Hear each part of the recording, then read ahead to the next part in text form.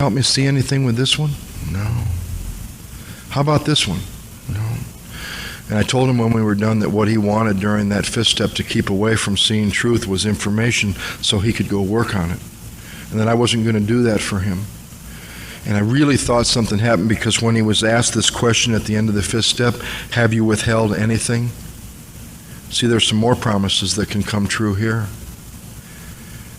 He said, I haven't withheld a thing. Broke down a little bit, and there was some type of surrender. And I'm told to go home and find a place where I can be quiet. Take the book down, carefully review what I've done. Some people think this is the beginning of the sixth step. I think it's the end of the fifth step. It doesn't really matter. But it talks about reviewing what you've done. It talks about stones, and it talks about cement. And if you haven't been thorough up to this point, you don't know that at the second step where you were willing to believe, they called that the cornerstone. And you don't know that at the third step, when you made this decision, they called it the keystone of this arch they start to talk about. And you don't know that on page 17, they told you the two parts of the cement that bind us, the common peril and the common solution. And if you were to go home and just do this part from the book, and you got to, are the stones properly in place? Have you tried to make cement without sand? Have you tried to skimp on the mortar? You wouldn't know what these analogies are about, but it's about reviewing what you've covered so far. And this cornerstone of willingness, and this keystone of this third step decision, and this idea that we suffer from not only a common problem, but we have a common solution as a cement to this arch. And it goes through that. And then I believe between page 75 and page 76, there's a major shift. And I believe the shift is they now ask you to begin to trust this power. It's actually one of the promises back on 75, that you might have had certain spiritual beliefs, but now you begin to have a spiritual experience. And I think there's a shift from 75 to 76, where up to this point, they've told you can't trust your own mind. Look what you do with your thinking. Now they ask you to start to trust that. To start to trust that you've been given something to move through this work that you've done, that there really is something there. Because they say, after doing that review, when you've answered to your own satisfaction, trust that, and look at these 6-step questions.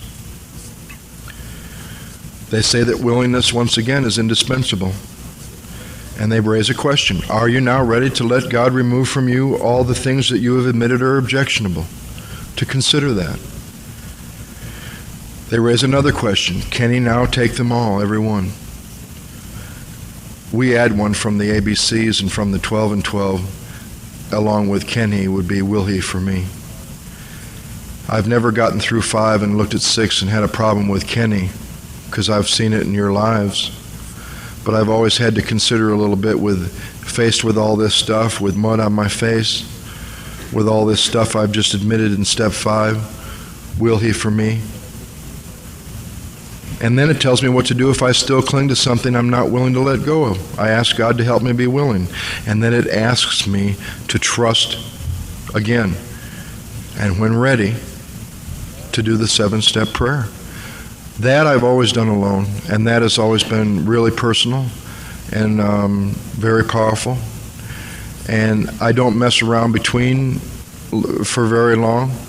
As I said earlier today, I do not list defects and ask my sponsor what order I'm going to work on them and presume that I can work on them. I've tried that before, and it turns into one of those carnival things where you pop this one down and this one comes up, and then you pop that one down and this one comes up. I think 6 and 7 are about God working. I think 6 and 7 are not a place to stop for very long, although there might be for some of us serious considerations between returning home and the 6-step questions and being ready. I had an idea at one time that being ready meant I had answered yes to all those questions and that I had to be a good boy to go to step 7. I found out one time ago, not this time but the time before, that when ready means where I am, and that there was a few things I wasn't willing to let go of, and I didn't answer yes to all those questions. and I moved on anyway, and I did the 7-step prayer, and I didn't have to be a good boy to go to God, and took it on that basis. And I think you know when you've done 6 and 7 when you got a piece of paper and you're doing an 8-step list. And I find that 8-step list from my inventory. It says we made it when we took inventory.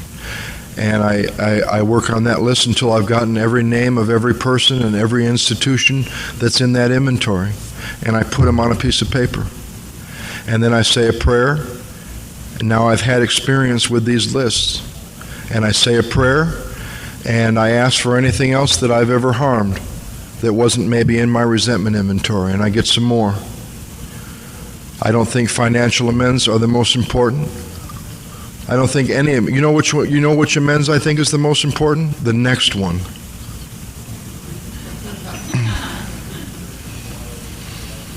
I mean, there's people I owed money that I didn't harm close to what I did to my family and some of my friends, and some of them, I find out when I go to them, some of the ones I thought were big deals, they didn't even remember who I was.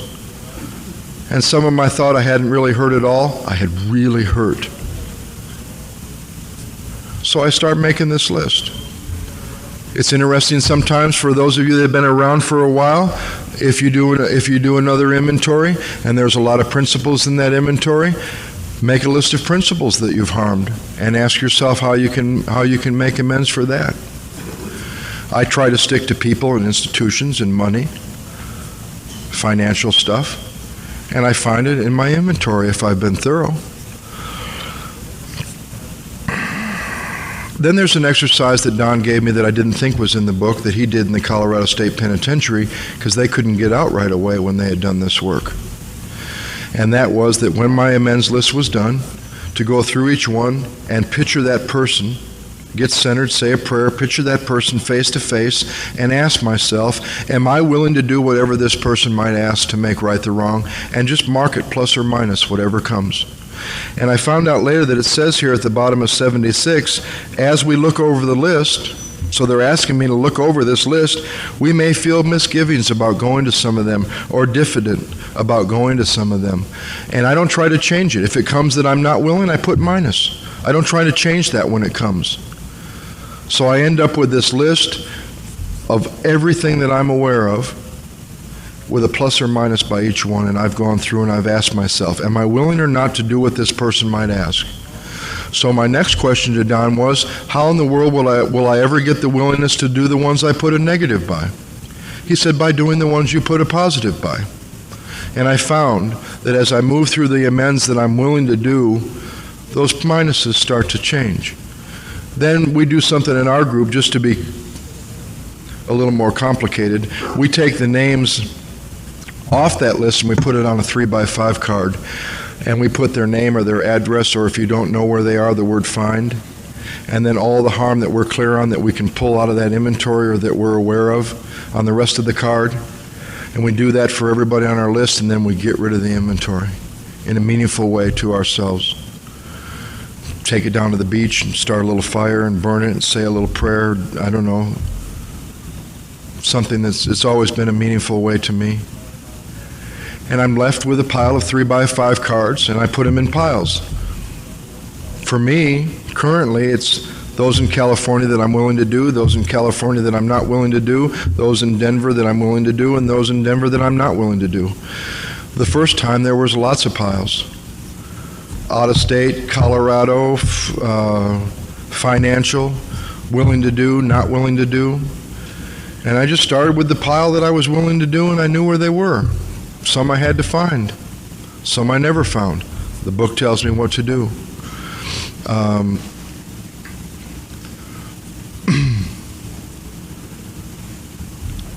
I think the freedom, I think there's more work in the 8-step with my sponsor than I did in the 5th. Because I go to him with these cards, or I go to him with this list, and we start to talk about how these should be done. And I say there should be a letter written. He said, you better go see him. I say, I think I need to go see him. Well, maybe a letter.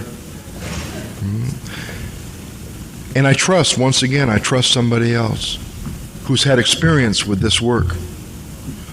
And I go through those cards and we talk about the harm. We talk about how that person's going to be contacted. We talk about whether it should be face-to-face. My general rule is if they can be seen, it should be face-to-face. And I think a lot of freedom came for me, and my sponsor describes an experience in the Colorado State Penitentiary, finishing the work on the 8th step, literally being lifted up and set free before they even knew that he was and let him out. I think it's a big turning point because I've done all this private kind of with one other person work, and now the power is either there or it isn't to turn out to the world and go repair this stuff. Why don't we take a 15-minute break and come back? Thank you.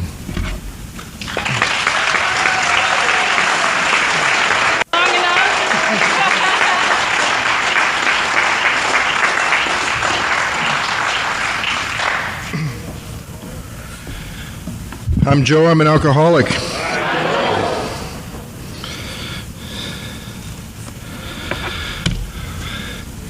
I'd like to be down in the smoking room at a table with the smokers.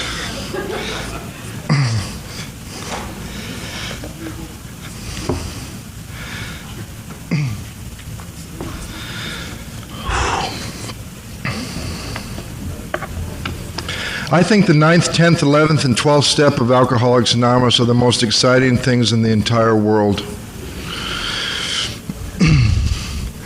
I think it was kind of interesting for those of you that have been here since this morning that are aware of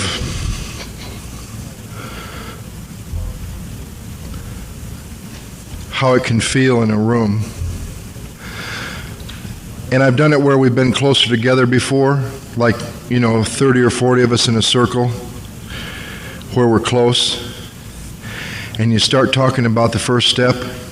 And I could feel it here today, and I'm sure some of you did. You can literally feel it come over the room, kind of. And it gets hard, and I mean, it's just on you. It feels heavy, and you move into the second step, and you get a little energy, and I was a little tired with 4 through 8.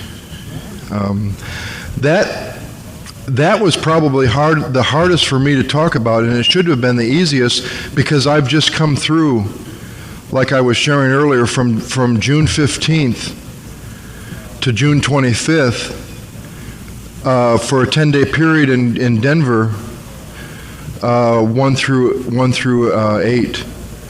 And it was interesting to me in the last session, even though I was a little tired and I had just eaten lunch and everything, that 4 through 8 were not easy for me to talk about.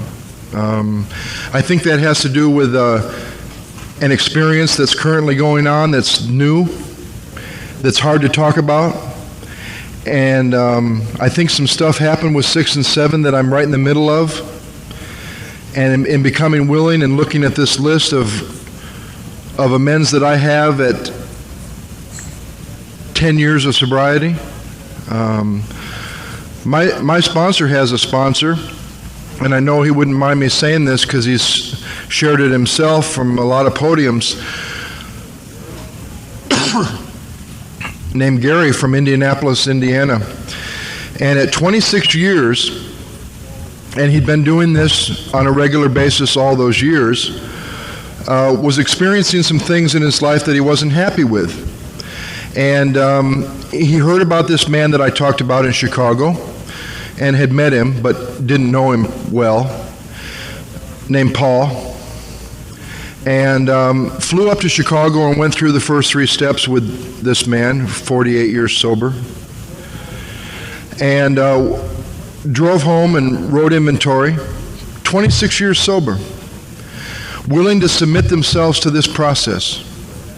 And finished that inventory and went back to Chicago and sat in a motel room and in different lengths of sobriety, sat with strangers that he'd never met and read his 5th step, and then sat with Paul and read his 5th step. It was like 7 or 8 people over a weekend. Then they sat with Paul and looked at the 8th step. He got in touch with some amends he'd never seen. Financial stuff. Went home, talked to his wife, sold the house, moved into a trailer to pay off these amends. And when I saw him at the end of that, he was on fire more than the 10 years that I'd known him. He was willing to do that with that much time. This woman that I talk about, Lynn, from Denver, 33 years, runs the Denver Central office. She talked to me when I was in Denver last week about doing this work at 33 years. I remember one time when she asked me could she read some inventory to me?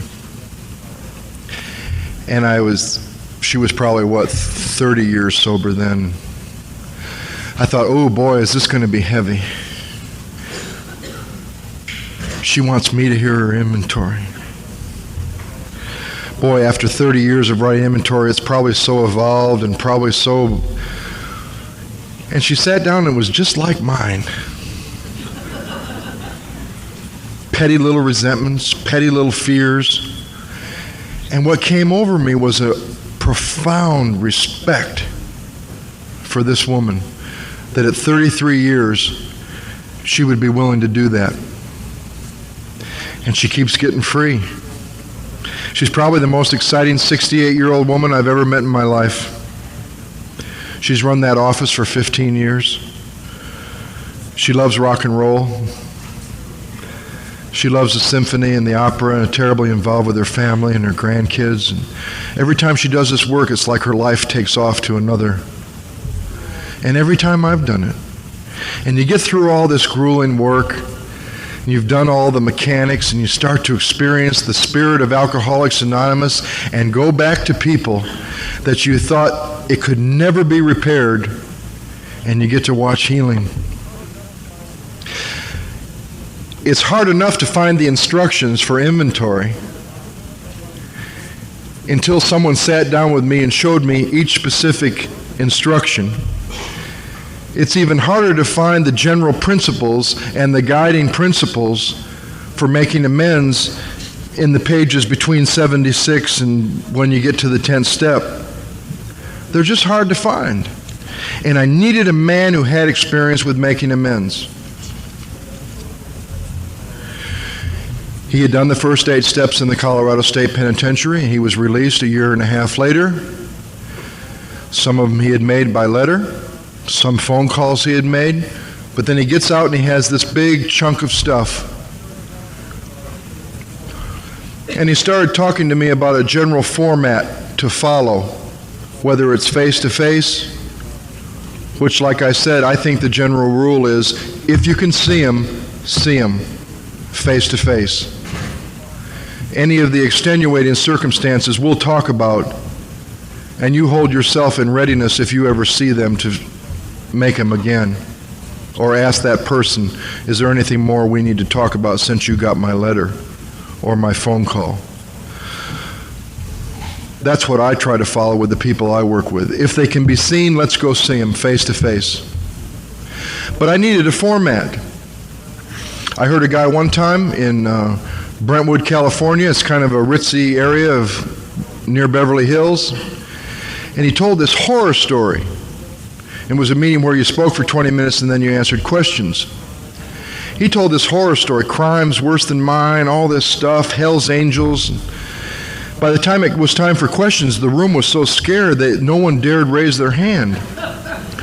And I felt kind of sorry for the guy, and I raised my hand and I said, you and I have some similar experience. Can you share with us some of your stories about amends? He said, oh, I was told except when to do so would injure them or others, I'm others, and if they're going to hurt me, I don't need to make them. I thought I was going to faint. First thing they ever told me about amends, you're not others. The book talks about not shrinking at anything. Using our mind, consulting the right people, but not shrinking at anything. We may face jail, damage to our reputation, loss of a job, family. We don't sacrifice them to save ourselves, but we must not shrink at anything.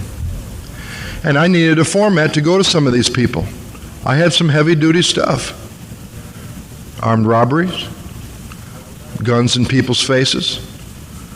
I was not a nice guy who drank a little bit too much. And I'm not a Boy Scout. Some of you that have been around for a while, I bet you've seen people come to AA thinking they were bad and they came here to get good and they were trying to become Boy Scouts die. I'm sick trying to get well. I'm not trying to get good. So I needed a basic format to go to these people. And I was given a basic 5-point format that still works for me today. And that format included in these pages, and we could pick each one of them out if we had time, as I've had to do as I've gone through this book, and they're all in here. It says that saying sorry is not enough. It will not fill the bill, and a remorseful mumbling that we're sorry will not fill the bill at all. I don't say I'm sorry. I tried that. One of the biggest mistakes I made in going through the steps, I think I was in inventory, and I had a brother near Denver that I had really harmed. So because of guilt, which is a terrible thing to go make amends with, because then it's just to serve yourself so you can feel better and get free of your guilt. I think forgiveness comes, and the freedom and the freeness from the guilt comes from 6, 7, and 8. And you go to them free of that for the real reason to make amends that it's going to tell us about here in a minute. But I'm in the middle of this inventory and I'm experiencing some guilt, and I run down to Albuquerque, New Mexico to make amends to my brother, and I basically wanted to go through all the bad stuff I had done to him and say that I was sorry, and I did that in a half-assed way, and I said, I'm sorry, and he said, I know you are. You have been all your life. What are you going to do? I didn't know what in the world to say. I later had to go amends for trying to make amends. I do not use the word I'm sorry. So I was given a format. I was told to explain to the person why I'm there.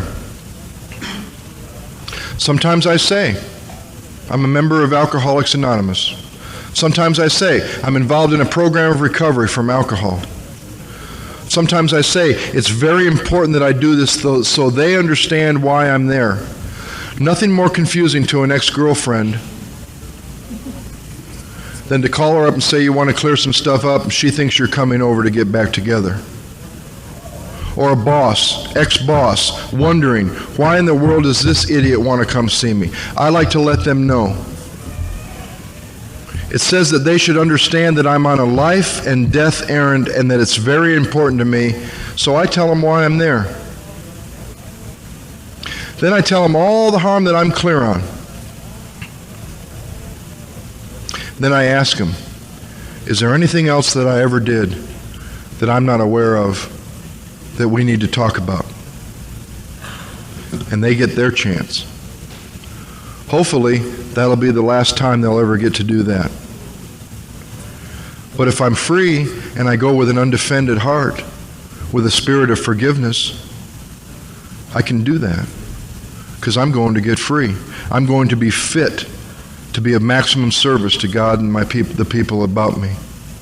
The real purpose for amends. We're trying to put our lives in order, but this is not an end in itself. Our real purpose in making amends is to fit ourselves to be of maximum service to God and the people about us. So I explain to them why I'm there and the harm I'm clear on and ask them, is there any other?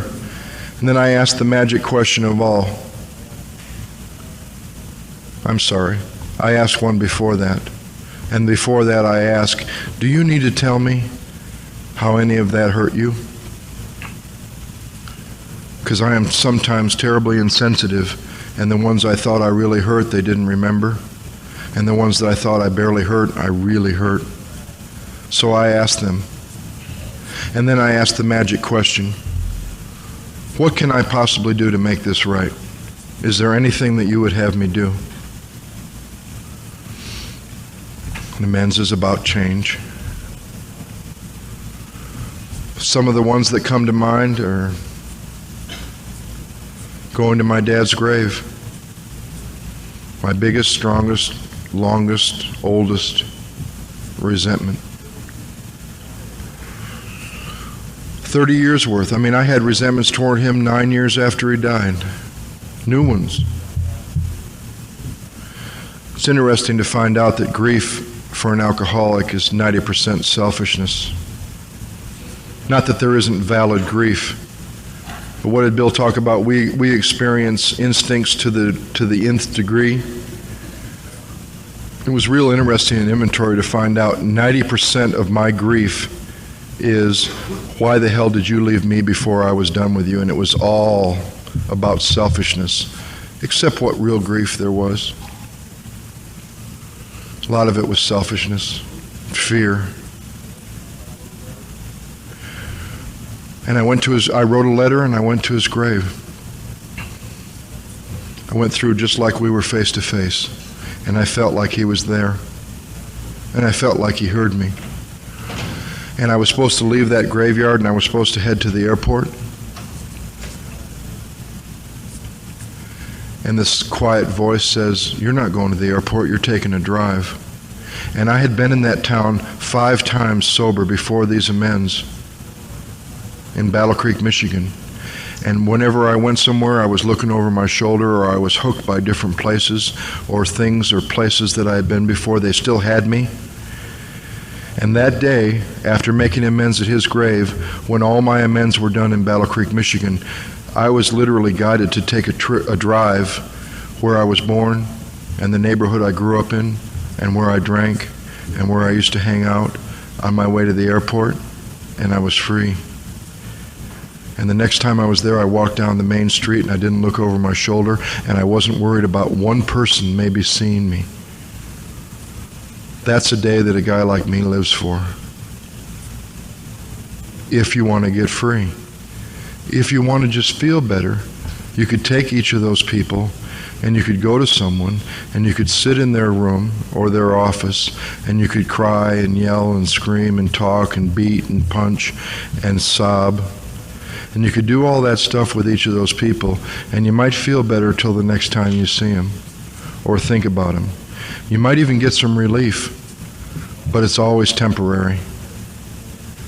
It always came back. As much work as I did on my dad in therapy, I used to love the one where they let me put his face on someone else and bang the hell out of him with one of those things, because I get involved in the anger, right?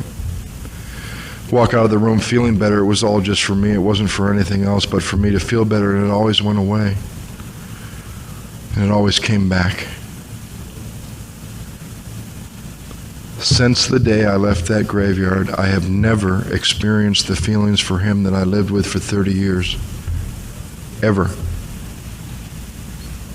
That's the difference between relief and freedom. And I think to make these amends, whether consciously or unconsciously, at some level, each and every one of us, if we're ever going to do these kind of amends, have to reach a place, whether we know it or not, where we want more than to just feel better, where we want more than just relief. I remember another one that I wanted to do right away because it was close to Denver, so I could feel better, and I didn't talk to Don about it. And I was going to run up to Aspen to make amends to one of those girls that I had gotten pregnant early in my sobriety during my first inventory. And thank God at my hotel room, I sat and said a prayer, and then I headed for her store. Aspen's not very big.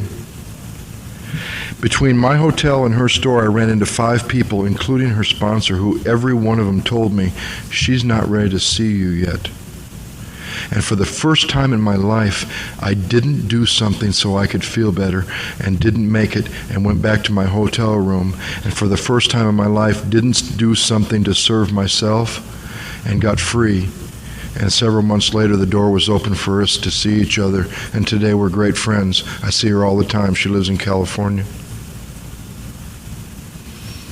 I can't heal something like that. Therapy can't heal something like that. Can the power of God heal things in my life that I can't? There I am, back to my agnosticism once again. God is either everything or he's nothing. Where am I with that?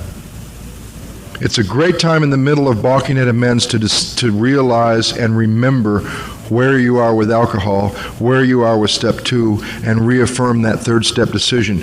Because every time I have started fooling around with amends, these men and women that have been doing this work for a long time, they always ask me. They'll either ask me one of two questions. Where are you with your third step decision? And where are you with alcohol? What's the truth about you and booze? And it takes me back to the thing that moves me through the work. And the thing that moves me through the work is the power that comes from 1, 2, and 3. A combination of the truth about booze and where I am with God. Both of my saving graces. The things that I'm either headed toward one or the other. I remember one several times later when I had about 5 on a list in California and I was still in Denver, and I went out to California. This is what moved me to California. Because I can say to you today with all honesty, I did not choose at 4 years to move to Santa Monica. I was comfortable. My sponsor was down the street. I got people to sponsor. I'm serving on the state committee. Treatment chairman. I'm comfortable. I love Denver. And I submit myself to this process once again because I think one of the propositions that I failed to mention at the third step that is probably a valid proposition as you move through this work or at any time in your life or on any given day, I think it's a valid proposition, and that is, am I willing to live life on terms other than my own? And I had gone through this work again, and I had gotten to amends, and I had 5 in California, and I went out for a week, which I had been doing quite a bit because I was in a relationship with a girl out there. She had lived in Denver for a while. Now she was back in California, and I would be there a lot visiting, and I go out to make amends. That's it, period. 4 of them I find. 1 of them I can't find.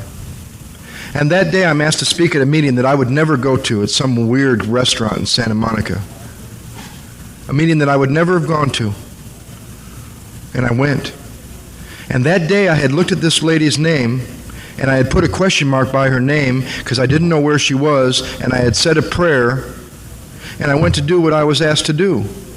And I talked about getting sober in Denver, and I told my story, and someone came up to me afterwards and said, "Did you get sober in Denver?" I said, "Yeah." She said, "Do you know so-and-so?" I said, "Yeah, as a matter of fact, I'm looking for her." She says, she lives 3 blocks from where you're staying in Santa Monica. The day that I prayed about how to find this person. Then I had the one left, the girl that I had been in the relationship with for 3 years, that I had been engaged to, that I had really harmed. And I called her up and I said, "I need to make amends. Will you see me?" She's in the program. She knows what this is about. She says, "No, I don't think I can see you. But I'll pray about this. Call me tomorrow." She not only called her sponsor, she called my sponsor and prayed about it. And I called her back the next day and she says, "I wasn't sure I'd be able to see you, but I will.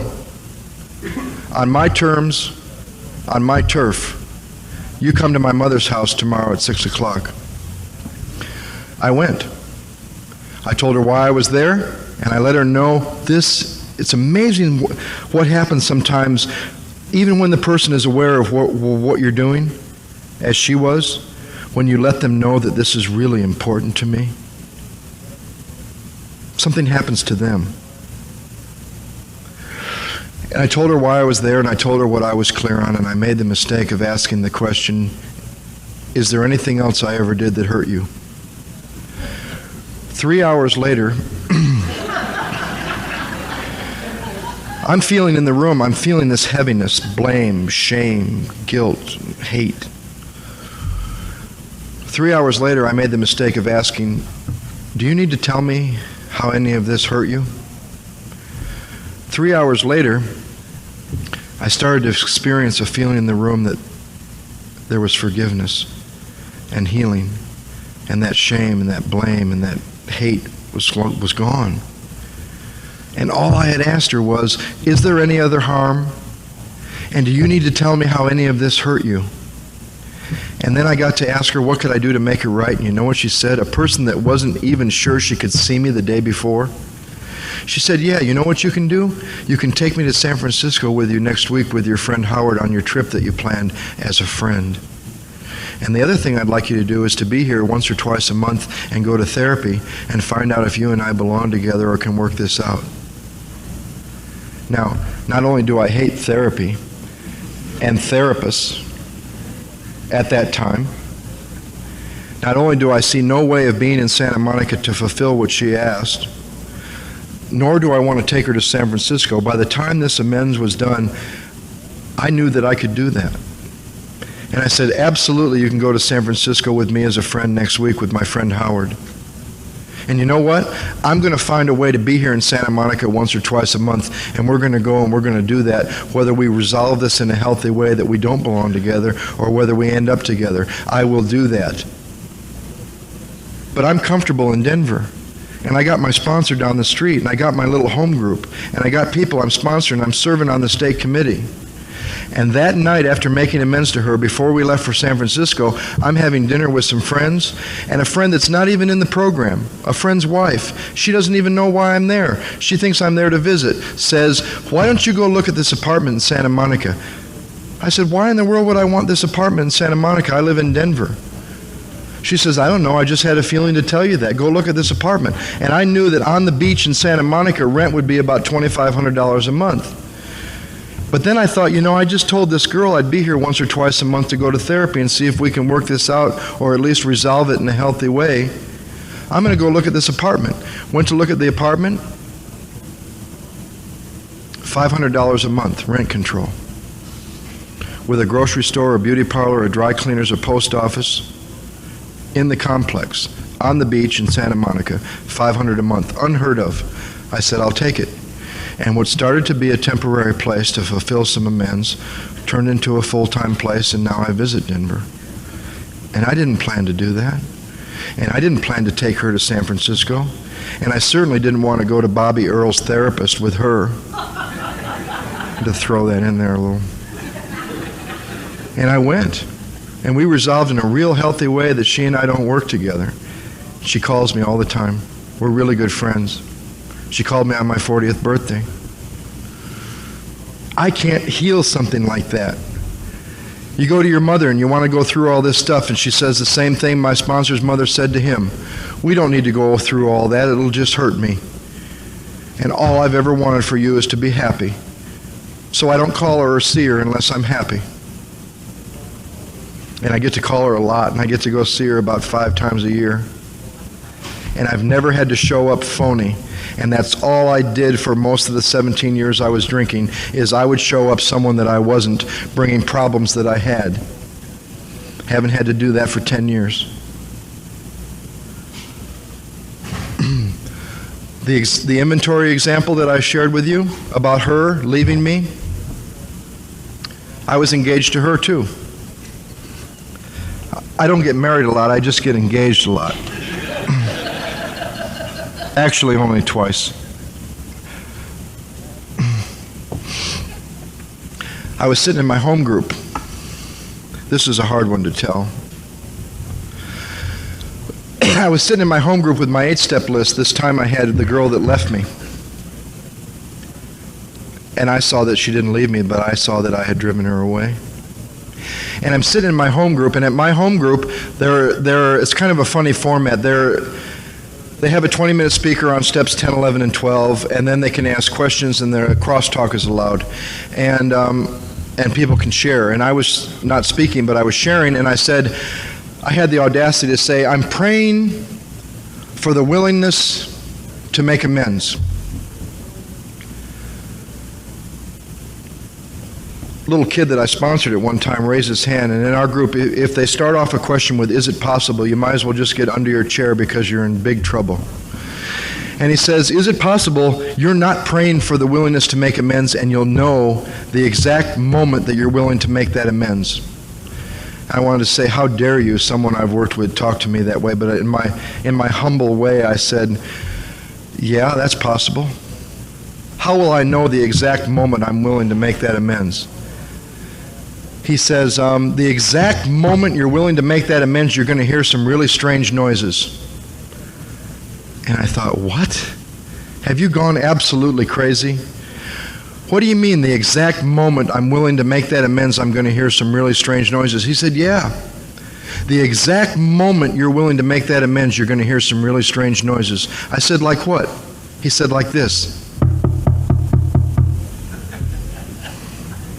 And you know what? The exact moment I was willing to make that amends, I heard a really strange noise. Me knocking on her door. Then I heard some other really strange noises. Out of my mouth came, "Can I talk to you about the harm I've caused you?" Then a little while later, I heard some really strange noises coming out of my mouth because I said, "Is there anything that I can do to make right this wrong?" And I'm here to tell you, if taking this inventory to someone and reading it all is not against my will and contrary to the way I've lived my life, and then asking something that I'm not really sure about to remove this stuff, and then making a list of people I've harmed and becoming willing to make amends to them all. It doesn't say made a list of people we harmed and became willing to make amends to some of them. It doesn't say made a list of people we've harmed and became willing to make amends to the ones we want to. It doesn't say made a list of people we've harmed and become willing to make amends to the ones we feel comfortable about going to. It says made a list of people we've harmed and became willing to make direct amends to them all. And I remember about 5 years ago, when I first moved to Santa Monica, we had a guy out from Denver speak at our home group, and he said something that really offended me. And I'm not going to say this to offend anyone, but I'm going to say what he said. He said, "I'm not talking about the 12th step, because there's a lot of people in AA doing stuff with the 12th step everywhere." He said, "But I'm going to say something about 10 and 11. And what he said was, in the program of Alcoholics Anonymous, you will find very little past the 9th step. Because people have never finished amends. And a lot of people, just like each of those people in those meetings that said I couldn't, in every meeting I've ever been in talking about finishing amends, there's always been two voices. And it's the same two voices that are within me. One says, can't never finish amends, never be done with amends, can't possibly do that. And the other voice says, yes you can get free. And I know that's possible because I met some people, including my sponsor and a lot of other people I know, who have done everything they can for everyone that they're aware of, for every amends they're aware of, to the best of their ability. So the first thing you say is, what about those you can't find? The book tells you exactly what to do. There are those that can't be found. We send an honest letter. Get it out of your consciousness into whatever. Pray about where to mail it. Mail it to the last address. Read it to somebody. Mail it to whoever. And hold yourself, if you ever see that person, that you'll absolutely say what you need to say to them. Every amends can be finished. And when I experienced a day, a period of time, and other times since then, through each inventory, where I wake up and from here to here has gone the reality that there's no one in my life that I owe anything that I haven't done the very best to clean up, is a day that I would never have wanted to miss in my life. Because that's the day you can really start doing some stuff with 10 and 11. There's so much more about amends that I would love to share, but I'm really excited because I'm coming up on finishing these amends from this inventory, and they will be finished, and I did set the date.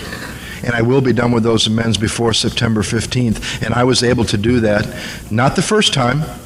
And I'm not talking about doing this the first time.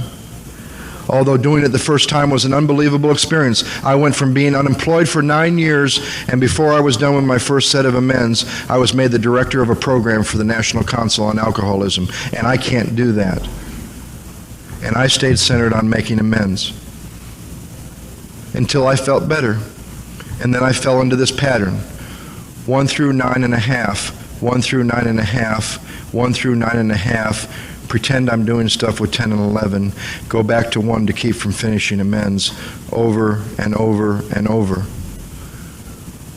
And I thank God that I met some people, and I started meeting some people, and I belong to a group that does not buy that from me anymore. And I'm glad I met a man when I told him of that pattern. 1 through 9.5, go back to 1 to keep from finishing amends. 1 through 9.5, go back to 1 to keep from finishing amends. He said, you are not going to ever do that again. And would not work with me until I finished the 4 amends that I had when I met him from that year's inventory.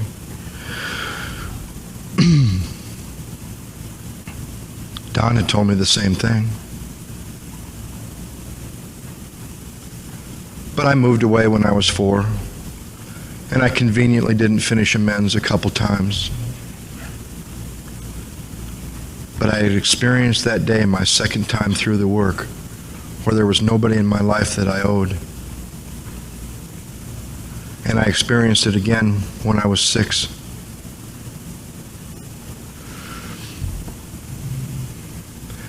I used to think the 10th step was about the instructions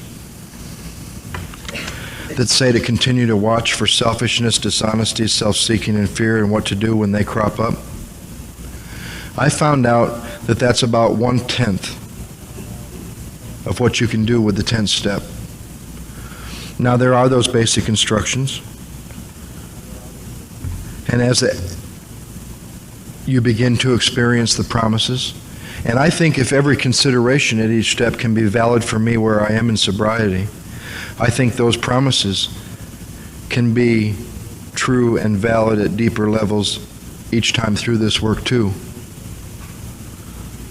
I think if I experienced a new peace and a new freedom the last time, and my ego begins to tell me there can't be any more than that time, that the next time there can be another level of peace and freedom that I couldn't even imagine the time before, or seeing how far, no matter how far down I had gone, my experience benefiting others, or not regretting the past, even if it's just a year period that I've written about. I remember one of the scariest days in AA when I woke up and my head was literally telling me, and I believed it for a minute, that I had done such damage and told so many lies and caused such harm in the last year when I was around 5 years sober that this work and the power of God wouldn't even fix it. And I was lost, I was alone, and I was afraid. And something moved me to do this work again at 5 years, and came out of that and saw that stuff that I no way thought could be healed. After all the stuff I had seen healed, made amends for that armed robbery. My mother, my family, friends. I went to Battle Creek, Michigan once after being there 4 times before amends, and every time I'd go to an AA meeting with a friend that I grew up with that's in the program now, and afterwards we'd always go to this club for coffee. And I'd been there 4 times recently in those first year and a half, and every time I went to that club I'd see maybe one person from the past and a little tense. When I went to Battle Creek, Michigan, ready to make amends, and I went to an AA meeting one night with my friend that I grew up with that's sober, and went to that club, I had a list of people in Battle Creek that I needed to see. 13 of them walked through the doors of that club in chronological order that I knew them, and I got to make appointments to make amends. And I'd been there 4 times in the last year and had never seen any more than one of them. I know people that have thought they would never find somebody, get ready and get placed in this position and get into amends and pull up to a red light in Los Angeles somewhere and have next to them in the car the person that they were looking for that they never thought they could find.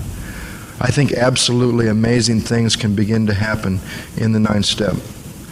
I think if any one of us can ever experience a day where consciously, in our conscious, there's nothing that we're aware of that we haven't done our best to clean up, and there's no one that we haven't approached or done the best we can to approach, to see, can experience a day when there's no one in our life we haven't done that.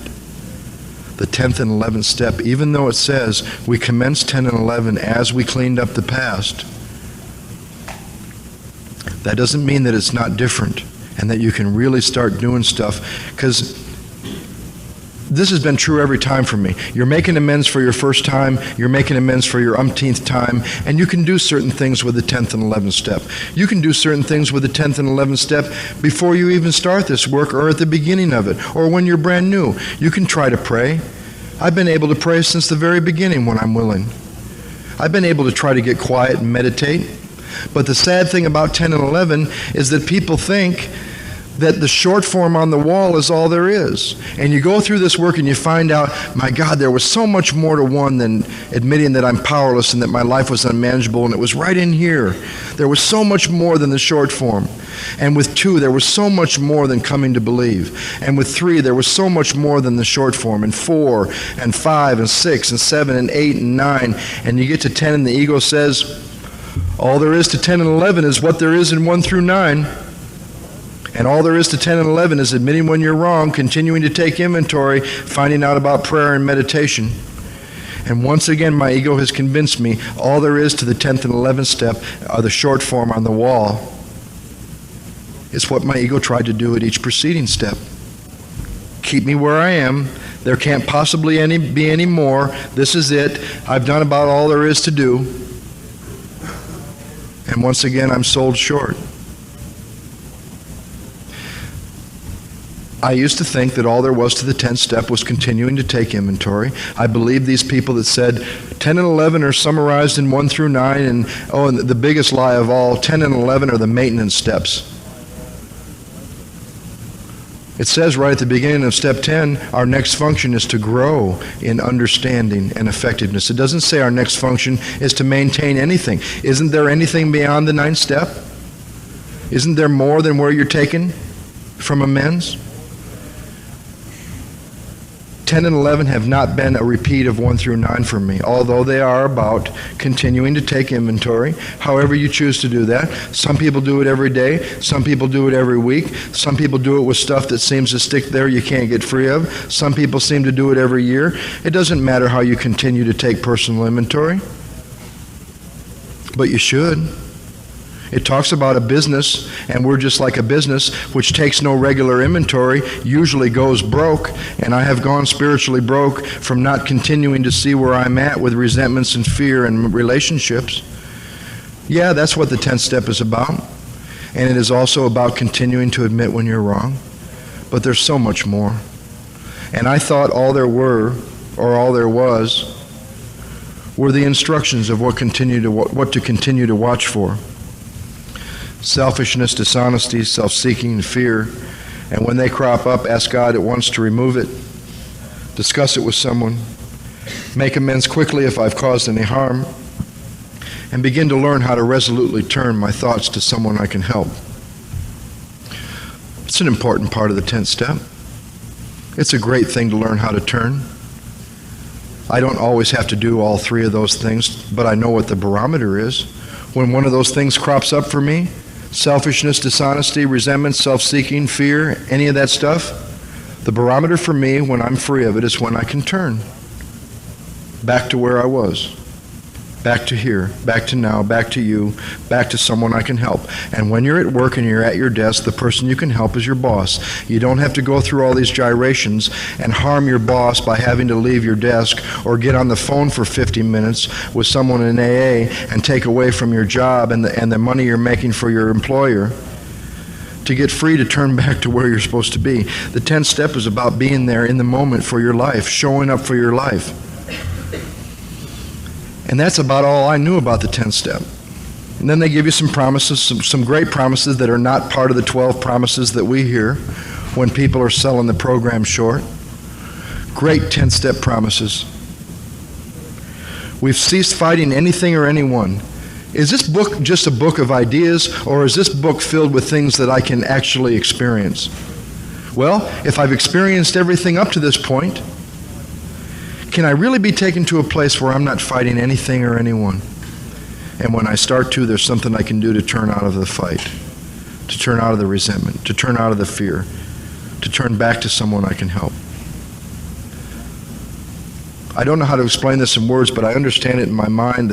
One of the things my spiritual advisor taught me was that there is a difference between turning your thoughts to someone you can help and having to look for someone you can help and turning your thoughts to someone you can help, because there's always someone there you can turn your thoughts to. She also taught me the difference between waiting for those things to crop up and watching for those things to crop up. She told me to describe once to her what I was doing with the 10th step, and I was like the guy who goes down. Have you ever seen these people that drive up to green lights and stop and wait for them to turn red because they're so full of fear they can't move through the green light? So they have to wait for it to turn red before they can stop and then move. That's what I was doing with the 10th step. And she said, you don't want to go through your life waiting for those things to crop up with your little shield ready to do battle with them. You want to move through the green light, looking both ways, watching for those things to crop up. And I learned the difference between waiting and watching. And these promises are great. Sanity will have returned.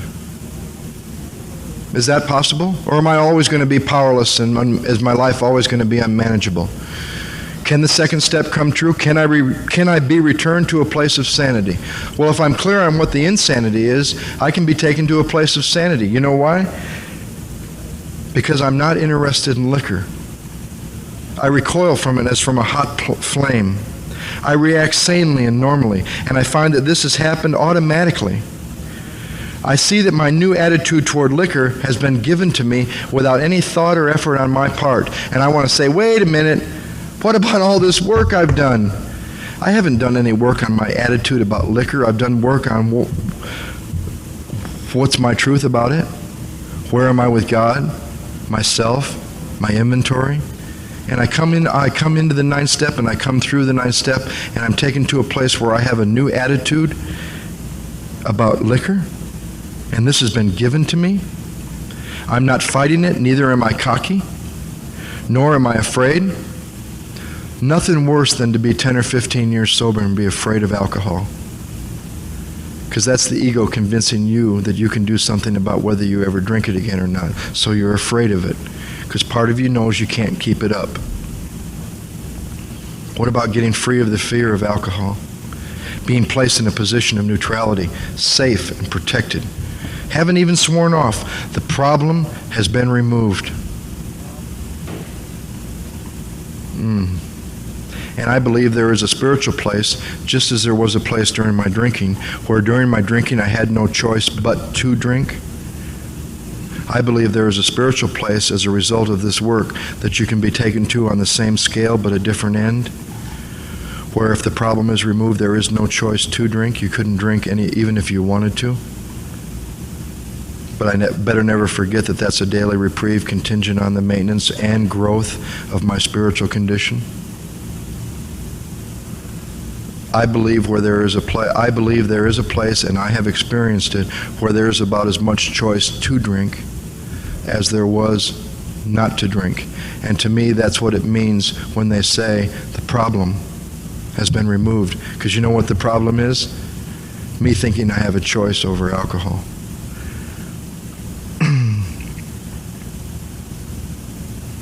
Then it just gives me a warning of what happens if I let up on the spiritual program of action and rest on my laurels. But then there's the most important part of the 10th step, and I always just thought it was an idea in this book, as my ego has tried to convince me with so many ideas that I've read in this book. That's just a nifty idea. Bill was a little lofty. Bill was a little goofy. Bill was a little flowery with that statement. That's not something I could ever really experience, now is it? And there's that conflict once again. And thank God there's always been people that said, you know, you can go do this and you can experience that thing that you think is just an idea. When I met this man a year and a half ago and I had 4 amends to finish, and he said he wouldn't work with me till I finished those 4 amends, I finished those 4 amends and we met again, and I asked him would he help me with 1 through 9. He said, now's not the time to do 1 through 9, you just finished your last amends, let's spend some time with 10 and 11. And he gave me 3 lines to work with, and I spent 12 months in the 10th and 11th step, just working on these 3 lines that I never understood, and I started to experience a little bit, and I think he could have done it with any 3 lines in the 10th and 11th step. I began to experience a little bit about what these 3 lines talk about that I never understood, because I had never experienced them. And what these 3 lines say is, each day is a day when we must carry the vision of God's will into all our activities. How can I best serve thee? Thy will, not mine, be done. These are thoughts that must go with us constantly. We can exercise our willpower along this line all that we wish. It is the proper use of the will.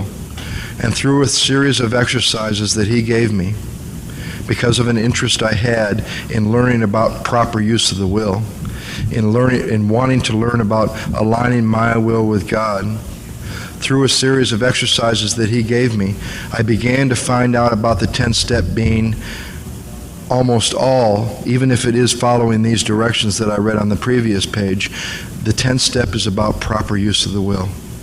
The 10th step is about deciding about your life and using the power you've been given to help others and watch what happens in your life. Rather than making decisions that I'm asleep to, that take me to places I don't want to be, and I see them in my inventory, I get to use the power that I've been given in a proper way, even though I make some mistakes and learn along the way, to begin to make decisions that I am awake to end up some places that I want to be. As opposite as it was when I'm confronted with the truth in the fourth step, is as opposite as it can be when I'm taken from 4 through 9 and finish those amends and start to really do something with the 10th step. And I started to see what this man meant when he said there's very little in Alcoholics Anonymous past the 9th step. And I started to seek some people out, and I started to find that it was really hard to find people who had done all they could to finish their amends. Well, I still got a few. Haven't finished those yet, because they don't think that finishing amends and continuing to do this has anything to do with them drinking again. They're just like me. They're just like me. The further away they get from step 1, the further away they get from step 1. I've had experiences a couple times where the further I got from step 1 into 9, finishing amends, moving on, the deeper it took me into step 1, and I remembered, and the experience was there of why I'm doing this. This isn't a good idea.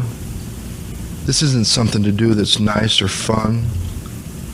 Now, what comes on the other side, and when you really start to learn about using this power, and using the will along this line, all that you wish, and you learn about, and I began to experience bringing this vision and what that meant and what vision is to me, and inquiring to people and finding out about it and reading some other stuff. This is where they encouraged me to go out and check out all kinds of things that you might be interested in. I found so many spiritual movements throughout history of doing the same things we're doing.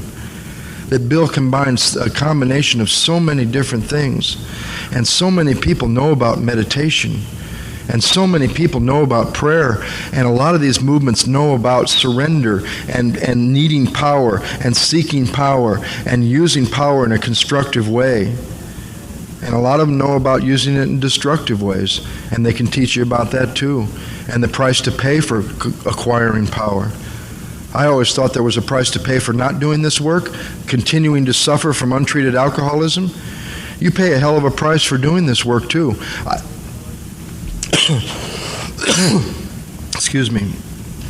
I think from my experience, I pay a price for whatever I decide. To stay, to leave, to do this work, to not do this work, to stand for something, to not stand for anything.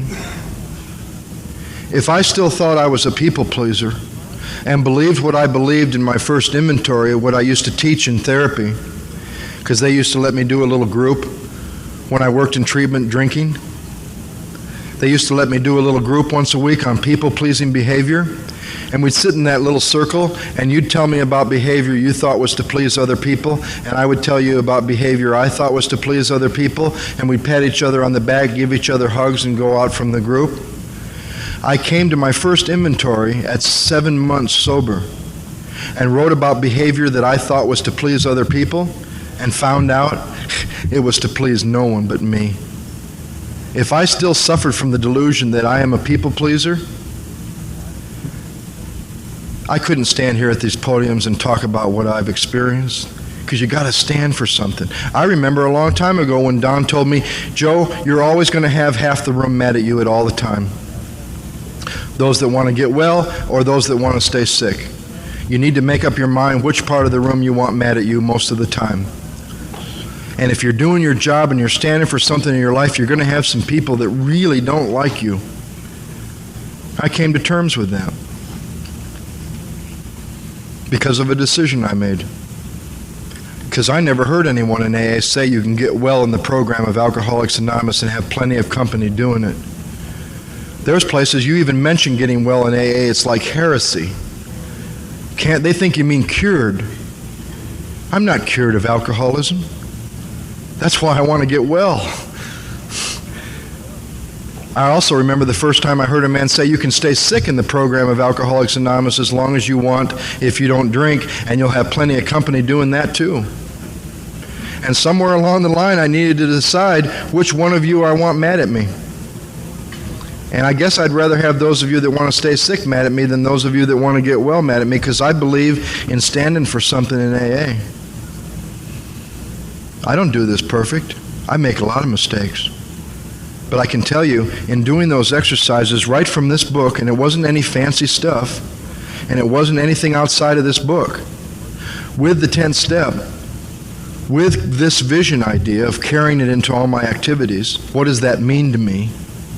With prayer, with meditation, with asking people about proper use of the will and what that means to them, I had the greatest year I've ever had in AA from last April to this April. And I had a theory about that period of time while I was in the middle of it. And the theory was this. It feels like, and at the time it was only a theory, but now I can tell you it was true because I've looked back on it. During that period of time, I said to people in my group and people that know me, I said, it feels like this next inventory, even though I know there'll be one, it doesn't feel like this next inventory is going to be filled with, my God, look at those decisions I was making that I wasn't even awake to.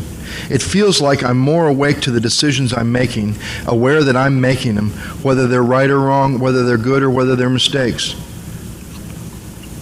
And I went through that inventory in June, and there wasn't any great surprises as to what I was up to, even the mistakes I made. I was the one deciding.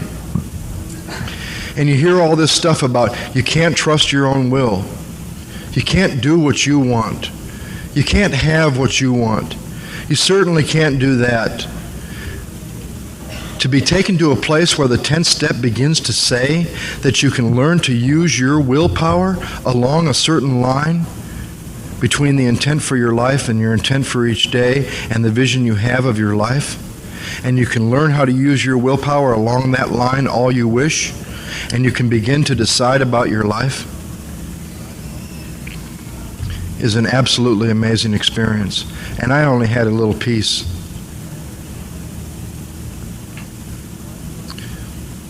So I try to do what the 10th step suggests to do throughout the day. And I've tried to work with bringing this vision and asking myself, what is the vision for my life? And what is this vision of God's will I'd like to bring into all my activities? And the way you start to set that up, I guess for me, is in the morning. And it gives me something to do upon awakening. To ask God to direct my thinking, that it be divorced from selfish, self-seeking, self-pity, and dishonest motives. To consider my plans for the day. I remember when the lady said to me, you know what you have to do to consider your plans for the day? And I said, no, what do you have to do to consider your plans for the day? She said, you have to have some.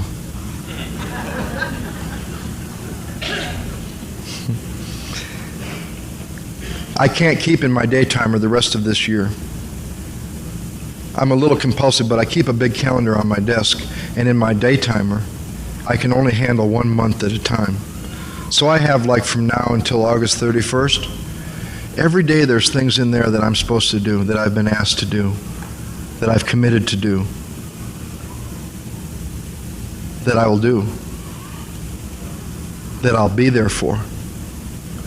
Just between now and August 31st, and then I get to look at September with all the stuff that I've committed to do in September. But I can't put the whole year in my calendar, in my file of facts. But I can look at today in the morning, and I can consider my plans for the day and ask God, is there anything that stands between me and doing what you would have me do? And is this what you would have me do? And I can begin to experience a place where God gave me a brain to use.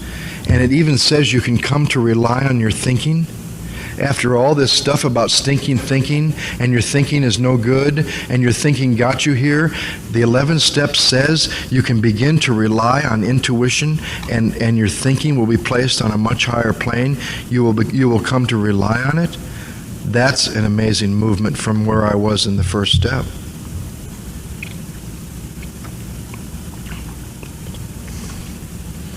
Tells me what to do in thinking about my day if I have any doubt or confusion. To use my morning meditation to ask, what course am I to take? To ask for the right thought or action. And then do a period of meditation that you're comfortable with. Start with a period of time that's simple. You don't think you can meditate? I bet you $100,000 if you have done 1 through 9, and you're making amends, or you're finishing amends, or you finished amends, there's no one in this room that couldn't do 3 minutes of meditation, or 5 minutes of meditation, or not even time it. Just sit and go in and come out when you come out. Don't even time it. Some people like to use a timer, one of those little things that beeps at 5 minutes. I've always started real slow every time I get to amends and every time I get through amends. But it's amazing how different the day is when you take even 3 minutes in the morning to just sit quietly in a way that's, find out about how to meditate. Great books. Journey to Awakening by Ram Dass talks about all kinds of meditation, all kinds of books on meditation. Find a way that works for you. In a chair, it's nice to have a place that's yours, private and quiet, in whatever room it might be. It's nice to have that. The rest of it isn't anything formal. It's amazing how different the day is when I start off from a place of quiet. Because I believe this, you'll never know throughout a day if you're off track unless you start on track. If I didn't have some kind of guidelines to get from my house to your house, how would I know if I was off track if I didn't have any directions to get there? Then it doesn't matter when I leave the house to get to your house. I don't know how to get there anyway, so it doesn't matter where I end up. But if I have a place to get, even if it's, I'd like to return home tonight in one piece, in my right mind, without having caused too much harm, I have something to head for, and now I have some directions to get there. Do a little quiet time in the morning. Throughout the day, pause when agitated or doubtful. Ask for the right thought or action. Exactly what to do in the 10th step when anything crops up that's getting in your way from returning home safely in one piece, not having harmed anybody. It doesn't matter what your intent might be. Your intent might be to help somebody that day. But if you don't have a course when you set out, if you don't have any plans for the day, it doesn't matter where you end up, because there was no place to get. And being off track won't even be anything that you'll be awake to unless there's a track to be on.